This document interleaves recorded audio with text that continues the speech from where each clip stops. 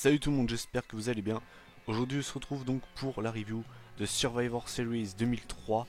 Je vais pas perdre de temps, je vais commencer directement la review. Alors ça se tenait le 16 novembre 2003, donc c'était à l'American Airlines Center de Dallas, Texas, devant 13 487 spectateurs, donc c'est une bonne petite affluence pour un pay-per-view. Et donc alors le thème de ce pay-per-view c'était Build a Bridge, donc construit un pont. Voilà, donc je suis bilingue, c'est hello, I'm bilingue. Donc du groupe Limp Bizkit, donc un groupe que j'aime beaucoup. Je vais être franc avec vous, j'ai pas écouté la musique, donc je sais pas, enfin je sais pas ce qu'elle vaut, mais bon, j'aime beaucoup Limp Bizkit, donc ça doit être vachement cool. Voilà. Écoutez, je vais pas perdre de temps, je vais commencer directement la review par le premier match de la soirée. Donc j'ai commencé le premier match de la soirée, donc c'était la team Angle contre la team Lesnar. Donc je vais vous dire, donc c'était un traditionnel Survivor Series Tag Team Match. Je vais commencer donc par la team Angle. Donc on avait forcément Kurt Angle, Chris Benoit, John Cena, Hardcore Holly et Bradshaw, donc JBL c'est comme vous préférez. Et dans la team Lesnar on avait forcément donc Brock Lesnar, le Big Show, Matt Morgan, Nathan Jones et A Train. Donc la team Lesnar c'était vraiment une équipe de mastodontes, il n'y a rien d'autre à dire, c'était vraiment des buffs. Alors le match a duré 13 minutes, un petit peu plus de 13 minutes, donc c'est plutôt une bonne durée je trouve. C'est pas très long mais ça va quand même, on va pas se plaindre, ça va. Donc je vais vous donner l'ordre d'élimination des équipes. Donc je vais vous donner l'ordre d'élimination des équipes, des catcheurs plutôt. Donc alors le premier éliminé c'était Hardcore Holly qui s'est fait éliminer en se faisant disqualifier dès la première seconde. En fait il a même pas eu le temps de catcher. Donc voilà. Ensuite on a eu A Train qui s'est fait éliminer par Bradshaw après un close line from hell. Et ensuite on a Bradshaw qui s'est fait éliminer par le Big Show après un chokeslam. A savoir que ces trois premières éliminations se sont faites en moins de 1 minute, en 48 secondes top chrono. Donc j'y reviendrai plus tard par rapport à ça. Ensuite on a eu Matt Morgan qui s'est fait éliminer par Kurt Angle après un Angle Slam. Ensuite on a Nathan Jones qui se fait encore une fois éliminer par Kurt Angle après le Ankle Lock. Et enfin on a Kurt Angle qui se fait éliminer par Brock Lesnar avec un F5. Le tout, donc ces trois là se sont fait éliminer en moins de 40 secondes puisque le premier donc Matt Morgan en 9 minutes 11 et Kurt Angle Brock Lesnar, enfin Kurt Angle par Brock Lesnar en 9 minutes 43. Donc voilà, encore une fois 3 éliminations très rapides. Ensuite Brock Lesnar se fait éliminer par Chris Benoit après le Crippler Crossface. Et ouais, de Beast Incarnate qui abandonne. Forcément on n'en parle pas forcément puisque c'est Chris Benoit. Ça aurait été John Cena ou Chris Jericho, je pense qu'ils en auraient peut-être parlé. Et même honnêtement je pense que ce soit n'importe qui l'aurait fait abandonner, je pense pas qu'ils en auraient parlé. Voilà, pour garder cette image de bête qui n'abandonne jamais, un petit peu comme Cena qui a déjà abandonné également face à Benoit et face à Jericho si je me trompe pas, et Angle. Donc voilà. Et enfin donc à la fin il restait donc le Big Show tout seul face à John Cena et Chris Benoit. Donc en fait à la fin donc le Big Show porte un chokeslam sur Benoit. On se dit donc qu'il va peut-être pouvoir l'éliminer. Et finalement en fait Cena, pendant que l'arbitre avait le dos tourné, prend son coup de poing américain, met une grosse patate dans la tête du Big Show et enchaîne avec le FU pour la victoire donc de la team Angle. Donc alors mon avis sur ce match, donc forcément à la fin il reste Benoit et Cena et on voit Cena qui fait un signe de respect envers Chris Benoit. Alors mon avis sur ce match, alors il était pas mauvais, c'était un bon petit match pour commencer la soirée. Je trouve que c'était une bonne idée de mettre ce match en premier, même si, et j'en ai pas parlé, mais le WWE Champion, donc c'était Brock Lesnar, donc le champion dans un traditionnel Survivor Series Tag Team Match pour ouvrir le show. J'ai trouvé ça quand même assez bizarre. Note à part, la seule chose que j'ai vraiment à regretter, c'est la façon dont les catcheurs se sont fait éliminer en fait. J'ai vraiment pas aimé en fait le fait que c'était beaucoup trop rapproché. J'ai trouvé que les éliminations c'était vraiment mal fait. C'est-à-dire que c'était beaucoup trop rapproché. C'est-à-dire que pendant la première minute, on a eu 3 éliminations. Ensuite, on n'a plus rien eu pendant 9 minutes. Ensuite, de 9 minutes 10 à 9 minutes 40, on a encore eu 3 éliminations. J'ai pas aimé. J'ai pas aimé parce que ça se voyait vraiment que c'était chorégraphié quoi en fait. Et j'ai pas du tout aimé. Le fait que par exemple vous avez un catcheur qui en élimine un et qu'ensuite tu as une réaction en chaîne avec un autre qui élimine celui qui vient d'éliminer l'autre, ça passe. Mais faire ça 2 fois de suite avec 3 éliminations en moins d'1 minute, je trouve ça vraiment moyen, j'ai pas du tout aimé. et c'est pour ça que j'ai pas mis une note de ouf à ce match, mais ça reste correct quand même, hein, mais c'est vrai que voilà, j'ai préféré largement le deuxième match, j'y reviendrai plus tard. Donc j'ai mis 6,5 sur 10 pour commencer. La soirée, c'était plutôt un bon petit match pour se mettre dans l'ambiance, mais c'est vrai que j'ai pas aimé la façon dont les éliminations se sont faites. Ensuite, le deuxième match de la soirée, donc c'était pour le championnat Women's, donc on avait Molly Holly face à Lita. À savoir que la championne en fait c'était Molly Holly. Donc alors le match a duré 6 minutes 48, donc alors par rapport à l'époque ça va. C'est toujours, en fait c'est toujours compliqué de parler des matchs féminins de l'époque parce que à l'heure actuelle un match qui dure 7 minutes vous allez dire c'est pas long, je suis d'accord. Mais à l'époque les matchs qui duraient de cette manière là chez les femmes c'était vraiment pas mal. C'est à dire qu'à l'époque quand tu avais un match de 7 minutes du côté des divas, enfin des divas, des women's c'était vraiment pas mal. Donc c'est pour ça que je dis que par rapport à l'époque 7 minutes, enfin un petit peu moins de 7 minutes, honnêtement ça va. Donc alors mon avis c'est que le match était plutôt pas mal, on a eu pas mal de near fall, et contrairement à Judgment Day 2004 où on avait eu Tori Wilson contre Dawn Marie où j'avais trouvé que c'était une parodie de catch au final, là c'était vraiment pas mal, honnêtement c'était vraiment pas mal, c'est pas le meilleur match féminin que j'ai vu de ma vie, mais c'était vraiment pas mal, forcément j'ai envie de vous dire, Molly Holly, Lita c'est quand même des catcheuses, vraiment des catcheuses, c'est pas des divas quoi, elles savent catcher. Lita, de toute façon, elle a été réputée, hein, elle fait partie de la Team Extreme avec Jeff et Matt. Elle a été, voilà, Lita, c'est quand même l'une des idoles de beaucoup de catcheuses actuellement. Hein, elle a inspiré pas mal de catcheuses. Et c'est vrai que Lita, voilà, elle a fait le show, elle a vraiment fait un bon petit match. Le match était pas mal, honnêtement, il était pas mal. Il y a juste la fin que j'ai pas trop aimé. Donc en fait, à la fin, on a Molly Holly qui en fait a enlevé une protection dans un coin du ring. Et finalement, en fait, à un moment, donc Lita a voulu, elle a couru vers elle. Et donc en fait, Molly Holly l'a balancé la tête la première dedans.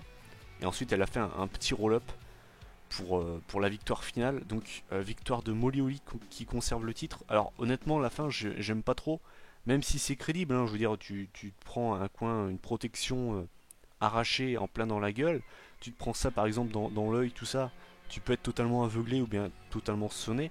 À la rigueur, enfin, je veux dire, c'est pas que j'aime pas, enfin, c'est pas que je trouve pas ça crédible, c'est juste que j'aime pas. Voilà. Mais sinon, ça va. Donc j'ai mis 7 sur 10, j'ai rien d'autre à dire, c'était un bon petit match féminin. Rien de ouf, hein, mais c'était un bon petit match pour continuer la soirée. Ensuite, le troisième match de la soirée, pour moi, ça a été le meilleur match de la soirée. C'était l'ambulance match entre Kane et Shane McMahon.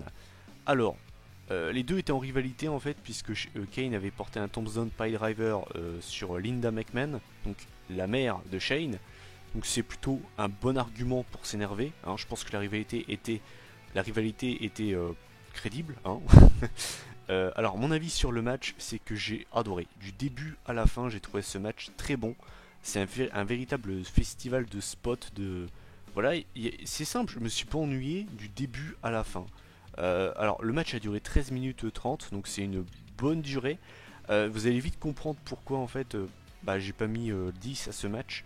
C'est vrai qu'en fait je vais le dire directement, en fait le seul défaut de ce match pour moi c'est la durée. 13 minutes 30 ça va, mais honnêtement je pense que ce match là aurait mérité de durer facilement 20 minutes. Vraiment, je pense que les fans n'auraient certainement pas rechigné à avoir 5-6 minutes en plus pour ce match. Mais vraiment très bon match. Donc je vous ai relevé tout ce qui s'est passé. Tenez-vous prêts parce qu'il s'est passé pas mal de choses. Hein. Donc en fait, presque dès le début du match, en fait, on a Shane qui, à peine monté dans le ring, se jette sur Kane. Là au moins déjà j'ai beaucoup aimé parce que c'est vraiment crédible. C'est-à-dire que le mec il a pas envie que la cloche sonne. Il fonce vraiment direct sur Kane et il est direct vénère. Le mec il veut direct régler ses comptes. Et je trouve ça vraiment crédible en fait. On a eu, donc dès le début presque, on a eu un elbow drop de Shane McMahon à l'extérieur du ring sur Kane qui était sur la table des commentateurs, donc j'ai forcément beaucoup aimé, les fans aussi. On a eu du holy shit dès le début. Ensuite, on a Kane donc, qui se relève. Vous savez, quand il est assis, qui se relève direct, ce que fait également l'Undertaker, je trouve ça très cool. Et donc en fait, ensuite, on a Shane qui va dans le public et qui attire Kane en lui disant vas-y viens, suis-moi. Donc en fait les deux partent en backstage. Finalement donc en fait Shane continue à dominer tout ça. Ensuite il monte dans une voiture et percute Kane qui était dans une genre de cabine. Finalement ensuite il sort les kendo sticks, les poubelles. Finalement ensuite on a Kane qui reprend un peu le dessus. Finalement ils reviennent ensuite dans l'arena. on a des coups de kendo stick, ensuite on a des coups de poubelle, ensuite on a l'un des spots du match, en fait on a Kane qui était à l'extérieur, enfin qui était près de l'ambulance, et en fait on a Shane qui était sur le toit de l'ambulance et qui a fait un coast to coast, donc en fait où il se prend forcément, donc Kane se prend la poubelle dans la gueule, et il avait mis une genre de protection pour pas qu'il se fasse non plus trop mal au dos. J'ai vraiment adoré ce spot, et encore une fois respect à Shane parce que il suffit qu'il glisse, qu'il retombe sur la tête, le mec peut se tuer, hein. Ça faut se le dire, c'était vraiment dangereux. Donc forcément Kane a encaissé beaucoup plus de coups que Shane. Après honnêtement c'est logique. Donc en fait je vais revenir à la fin. Donc en fait Kane a réussi à revenir quand même. Puisque, oui j'ai oublié de préciser, ils ont fait pas mal de tentatives. Kane qui était dans l'ambulance, on pensait que le match se terminait mais non. Ensuite Shane pareil. Finalement donc en fait à la fin Kane faisait que de balancer Shane dans l'ambulance. Et pour finir le match il lui porte un tombstone pile driver sur à l'extérieur du ring quoi. Et ensuite eh ben, il place Shane dans l'ambulance pour gagner ce match. Donc j'ai mis 9,5 sur 10 parce que ce match était génial du début à la fin, je me suis pas fait chier une seconde. Le seul défaut, alors pourtant la durée est correcte hein, mais honnêtement je suis sadique, j'aurais voulu les voir se friter la gueule encore quelques minutes. Et je pense que ce match aurait mérité 5-6 minutes en plus. Ce match aurait mérité de durer au moins 20 minutes, je pense que ça aurait certainement pas été volé. Et vous allez voir plus tard pourquoi je dis ça, parce que pour moi il y a un match qui vraiment était pas terrible et qui aurait pu être raccourci, et voilà. Ensuite on arrive avec un match pour les championnats par équipe de la WWE. Donc on avait les Basham Brothers, donc Doug et Danny, accompagnés de Shaniqua, donc alors elle je l'avais totalement zappé, face aux Los Guerreros, donc Eddie et Chavo. Alors le match a duré 7 minutes 30. Alors pareil encore une fois là c'est un petit défaut, je trouve que la durée est pas très longue. Alors ça va hein, honnêtement 7 minutes 30 ça va, c'est pas non plus catastrophique. Mais j'aurais voulu que ce match dure un peu plus longtemps parce que honnêtement c'était très propre. Vous avez les Guerreros qui font forcément de la voltige, c'est très propre hein. Eddie et Chavo Guerrero techniquement c'est très bon. Les Basham Brothers pareil c'est très propre, ils savent ce qu'ils font. C'était vraiment un bon match en fait. Et le seul défaut c'est que pour moi il a pas été assez long. Et c'est vraiment dommage. Je vais revenir à la fin parce que j'ai rien d'autre à dire. En fait à la fin donc on a Chavo qui porte un genre de tornado DDT. Et en fait sans faire exprès il met en même temps un kick à Eddie Guerrero. Donc en fait après avoir porté son DDT il va plutôt aller voir Eddie en demandant s'il va bien tout ça. Et ensuite on a l'un des deux Basham Brothers, donc je sais plus c'est lequel, hein, donc de toute façon c'est soit Doug ou Danny, hein, c'est simple, qui prend en fait Chavo Guerrero en roll-up, et donc victoire des Basham Brothers qui conservent les ceintures. Donc ça fait la deuxième fin d'un match du pay-per-view que je trouve pas terrible. Encore une fois voilà, victoire sur roll-up, je suis pas trop fan des victoires sur roll-up, mais sinon voilà le match était quand même bon, j'ai mis 7 sur 10. Et encore une fois, c'est une bonne note, hein, 7 sur 10, ça fait 3,5 sur 5. Mais le seul défaut, c'est la durée, parce que pour moi ce match aurait mérité d'être plus long, et c'est dommage. Ensuite on va arriver avec le deuxième traditionnel Survivor Series Tag Team Match. Donc c'était la team Eric Bischoff face à la team Stone Cold Steve Austin. L'enjeu était simple, c'est que si Stone Cold perdait, donc il n'était plus général manager de Raw, et donc il était un peu viré. Voilà, grosso merdo c'est ça. Donc dans la team Bischoff, on avait Chris Jericho, Christian, Randy Orton, Scott Steiner et Mark Henry. Et du côté de la team Austin, on avait Shawn Michaels, RVD, Booker T, les Dudley Boys, donc Booba et Devon. Voilà. Donc on avait encore une fois du beau monde dans le ring. Alors déjà le match a été beaucoup plus long que le premier. Il a été 2 fois plus long puisqu'il a duré 27 minutes 27 secondes pour être précis. Donc c'est une très très bonne durée. Et alors, j'ai préféré l'ambulance match, mais pour moi c'est le deuxième meilleur match de la soirée. En fait, pour être simple avec vous, c'est le genre de match où vous n'avez pas le temps d'aller faire quelque chose d'autre ou de tourner la tête. C'est simple, vous tournez la tête 5 secondes, vous avez l'occasion de perdre, d'avoir loupé genre 2 prises ou alors d'avoir loupé un tombé. Et j'exagère vraiment pas parce que moi c'est le cas. J'ai tourné la tête genre 5 secondes même pas, et j'ai loupé un tombé. Donc pour vous dire que c'était vraiment un match qui allait à 2000 à l'heure. Et je sais pas si c'est le meilleur Survivor Series Tag Team Match de l'histoire, mais c'est vraiment l'un des meilleurs parce que il y avait un rythme de malade mental. Alors, pareil, autre chose que j'ai bien aimé, c'est qu'au niveau des éliminations, alors ça a été largement mieux fait, c'est-à-dire que les éliminations étaient rapprochées, mais genre ça allait pas 30 secondes en 30 secondes, 3 par 3, c'était vraiment mieux fait quoi. Donc alors le premier éliminé ça a été Scott Steiner, Big Papa Pump, qui s'est fait éliminer par Booker T après un bookend. Ensuite c'est Booker T qui s'est fait éliminer par Mark Henry avec un World Strongest Slam. Mark Henry lui s'est fait éliminer par RVD avec un 5-star Frog Splash. RVD s'est fait éliminer par Randy Orton après un RKO. Devon Dudley s'est fait éliminer par Chris Jericho après un flashback.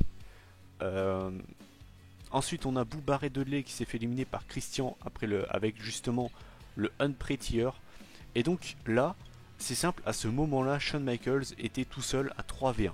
Donc là on se dit, bon là ça part très très mal pour HBK. Et là on a vraiment eu le côté drama qui a été accentué, puisqu'en fait à un moment pendant que l'arbitre avait le dos tourné, on a Christian qui lui a mis un coup du boomerang en fait dans le poteau du ring, ce qui fait que donc Shawn Michaels pissait le sang.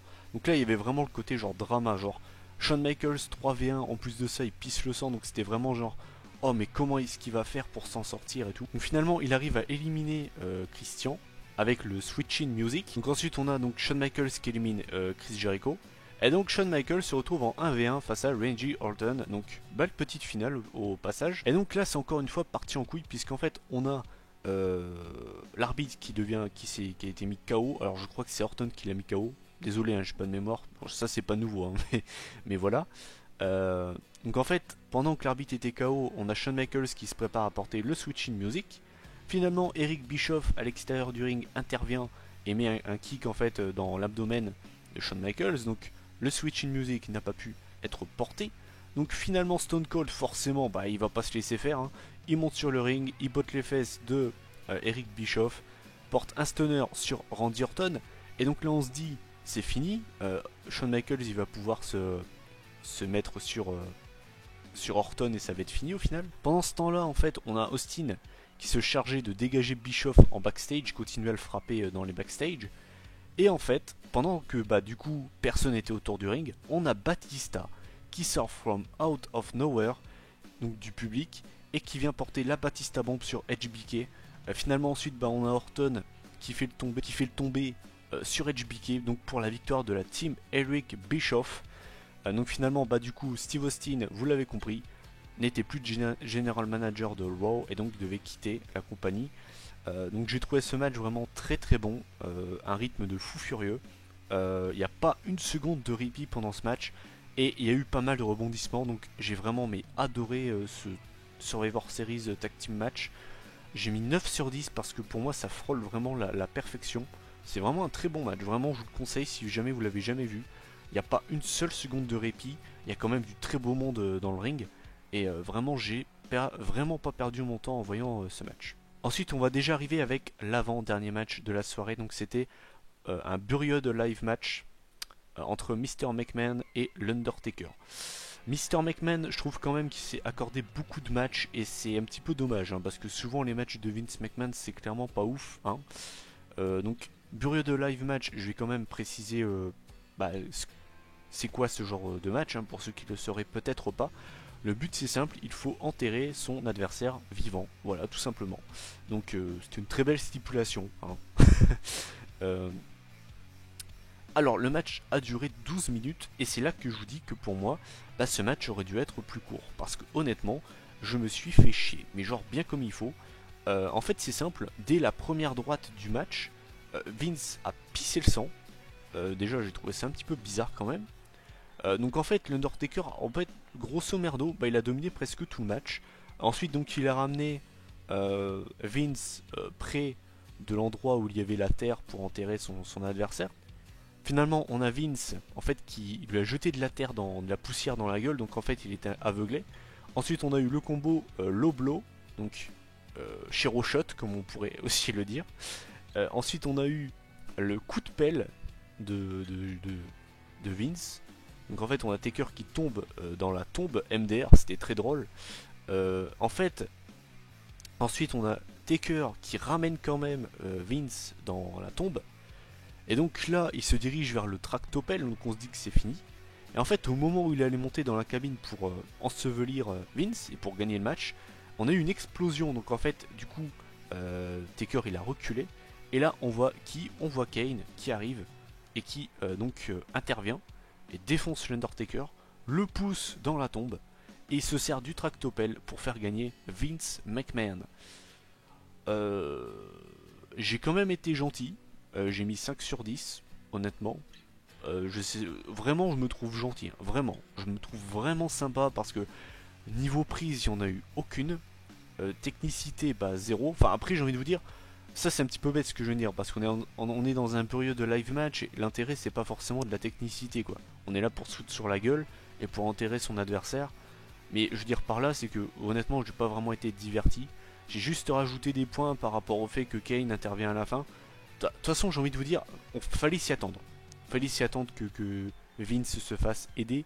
Je connaissais la fin pour avoir justement, parce que en fait, pour ceux qui ne le sauraient pas, ce match a servi en fait à la VE et au Taker de se débarrasser de sa gimmick d'American Badass, puisqu'en fait, pour ceux qui ne le sauraient pas, c'était en fait pourquoi Kane a aidé Vince, c'était pour builder leur match à WrestleMania 20, puisqu'en fait on avait le retour du Taker en mode Deadman, donc c'était seulement pour ça, mais vraiment, enfin c'était vraiment pas un match de ouf, et je me suis vraiment trouvé gentil, j'ai mis 5 sur 10 parce qu'il y avait ce côté genre inattendu, Kane qui intervient même si je le savais, mais bon voilà, j'ai été gentil, j'ai mis 5 sur 10, mais c'était clairement pas ouf. Et enfin, on va arriver au main event de cette édition des Survivor Series. Donc c'était pour le World Heavyweight Championship. Donc c'était Goldberg, le champion poids lourd, face à Triple H. Alors on va vous remettre dans, je vais vous remettre dans la situation. Donc en fait Triple H avait perdu justement le titre poids lourd au pay-per-view d'avant, donc c'était à Unforgiven. Et en fait il avait fait une promo à Raw en disant qu'il offrait 100 000 dollars donc de sa poche à celui qui arriverait à blesser Goldberg pour l'aider justement à récupérer le titre au Survivor Series. Donc on a pu voir dans le clip que Mark Henry, je crois, on a également, je crois, si je dis pas de bêtises, The World Greatest Tag Team, donc Shelton et Charlie Haas qui ont voulu attaquer Goldberg. Et finalement, bah, celui qui a remporté ce prix, c'est Batista. Batista en fait qui avait coincé la jambe de Goldberg avec une chaise et qui avait sauté dessus du haut de la troisième corde, ce qui fait que Goldberg en fait vendait justement sa blessure. Et quand j'ai vu la promo, je me suis dit ok, c'est le genre de match que je vais pas aimer puisque bah, Triple H va passer tout son temps sur la jambe meurtrie de Goldberg. Et bah c'est exactement ce qui s'est passé. Donc dès le début, on voit en fait Goldberg qui arrive avec un strap à sa jambe blessée entre guillemets. Alors à un moment, alors ça par contre c'était très drôle. À un moment donc en fait, on a Triple H qui a porté un single leg Boston Crab sur la jambe de Goldberg. Ce qui était drôle en fait, c'est que donc, on avait honnêtement, et j'abuse vraiment pas, on avait Goldberg qui avait limite sa tête sous les cordes. Il avait juste, alors déjà à un moment il y avait ses bras qui étaient sous la corde, donc normalement la prise aurait dû être cassée. Mais quand je vous dis qu'il avait juste à tendre le bras, ben, je crois que même en pliant à moitié son bras, il arrivait à toucher la corde. Hein. Donc ça m'a fait beaucoup rire. Même dans les gens de public disaient mais enfin c'est quoi cette merde quoi. Donc déjà là ça m'a fait quand même assez rire, c'était vraiment mal fait quoi. Mais sinon j'ai rien d'autre à dire. Enfin honnêtement c'était le genre de match que j'aime pas. C'est à dire que bah, pendant tout le match on a Goldberg qui s'est fait attaquer par Triple H et par Ric Flair forcément qui intervenait comme actuellement. C'est à dire que ce soit dans le passé ou maintenant Ric Flair me gave, il n'y a rien d'autre à faire. Il passait son temps à s'en prendre également à la jambe donc, de Goldberg. À un moment on a l'arbitre qui était KO. Donc en fait on a Rick qui a donné un point américain à Hunter. Hunter met une grosse mandale sur Goldberg. Finalement, Goldberg se dégage. Après, donc, suite à ça, donc en fait, on a Triple H qui fait une descente du coude sur l'arbitre, genre normal quoi. Normalement, il y a disqualification, mais c'est pas grave. Hein. Comment dire donc, finalement, vu qu'il voit qu'un point américain c'est pas suffisant, ah bah du coup, il sort son meilleur ami, le Sledgehammer. Donc là, on se dit, c'est fini. Eh ben non, puisqu'en fait on a Goldberg qui lui prend le Sledgehammer et qui tape Ric Flair avec. Et finalement donc on a Randy Orton et Batista qui arrivent pour aider leur boss. Ils se font tous les deux maîtriser avec tous les deux se prennent un coup de Sledgehammer. Et donc ensuite on a Triple H qui se prend un coup de Sledgehammer, qui se prend un Spear, qui se prend un Jackhammer. Et donc on a Goldberg qui arrive quand même à conserver le titre. Donc voilà, donc en fait grosso merdo, et c'est véridique hein, quand j'ai vu ce match je me suis dit C'est bizarre, ce match me rappelle Payback 2016, Roman Reigns face au Bulletproof. Bah, c'est exactement pareil, c'est-à-dire que Goldberg, avec une jambe en moins, a quand même réussi à dominer Ric Flair, Triple H, Batista et Randy Orton. Alors certes, il avait un sledgehammer, hein, mais voilà, c'est pour vous dire, voilà. Quand je vous dis que Roman Reigns ressemble plus à Goldberg qu'à John Cena, ce match en est la preuve. C'est-à-dire que Goldberg, c'est aussi pour ça que j'ai jamais vraiment été un gros fan de lui, c'est que non seulement in-ring c'était clairement pas la folie, mais en plus de ça, voilà, il avait vraiment un booking de Superman et généralement les bookings comme ça je supporte pas. Donc Goldberg avec une jambe en moins a quand même réussi à conserver face à l'évolution au complet et ça c'est quand même assez drôle. Note à part, ben c'est pas un match que j'ai kiffé et même le public, ça se voyait, ils étaient déçus. Le match a duré 11 minutes 45 donc la durée est bonne. Mais voilà, voir Triple H et Ric Flair s'en prendre pendant tout le match à la jambe de Goldberg, voilà, ça m'a pas plu. Donc j'ai mis 5,5 sur 10 pour finir ce pay-per-view. Voilà, donc quand on fait la moyenne du show, en additionnant toutes les notes des matchs, j'arrive à une moyenne de, pour être très précis, 7,07 sur 10. En gros 7 sur 10 pour être franc avec vous. Donc mon avis sur cette édition des Survivor Series, eh ben, c'est une bonne édition. Honnêtement, c'est vraiment ça qui est dommage et ça me fait exactement penser à WrestleMania. C'est seulement la dernière partie, enfin WrestleMania de cette année, il y a vraiment seulement la dernière partie pour moi qui fait tâche, avec le Burio de Live Match qui est vraiment pas top et le Main Event qui est vraiment pas top. Mais à part ces deux matchs là, honnêtement, les deux Survivor Series sont plutôt pas mal. Enfin, le premier est correct, le deuxième est très bon. Molly Holly contre Lita est plutôt pas mal. Le Tag Team Championship match est plutôt pas mal, trop court mais pas mal quand même. Donc honnêtement voilà, c'est un bon pay-per-view, je vous le conseille. Vraiment, c'est vraiment un bon petit pay-per-view. Vous allez pas être déçus.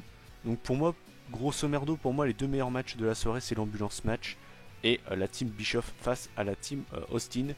Donc c'est un pay-per-view que je vous conseille. Il y a juste les deux derniers matchs qui sont pas top, mais sinon c'est un bon petit pay-per-view. Honnêtement c'est un bon petit pay-per-view, je vous le conseille vraiment si vous savez pas quoi regarder comme show, je vous le conseille parce que honnêtement c'était plutôt pas mal. Voilà, écoutez, cette review est terminée, je vous invite à donner votre avis en commentaire si vous avez déjà vu le show.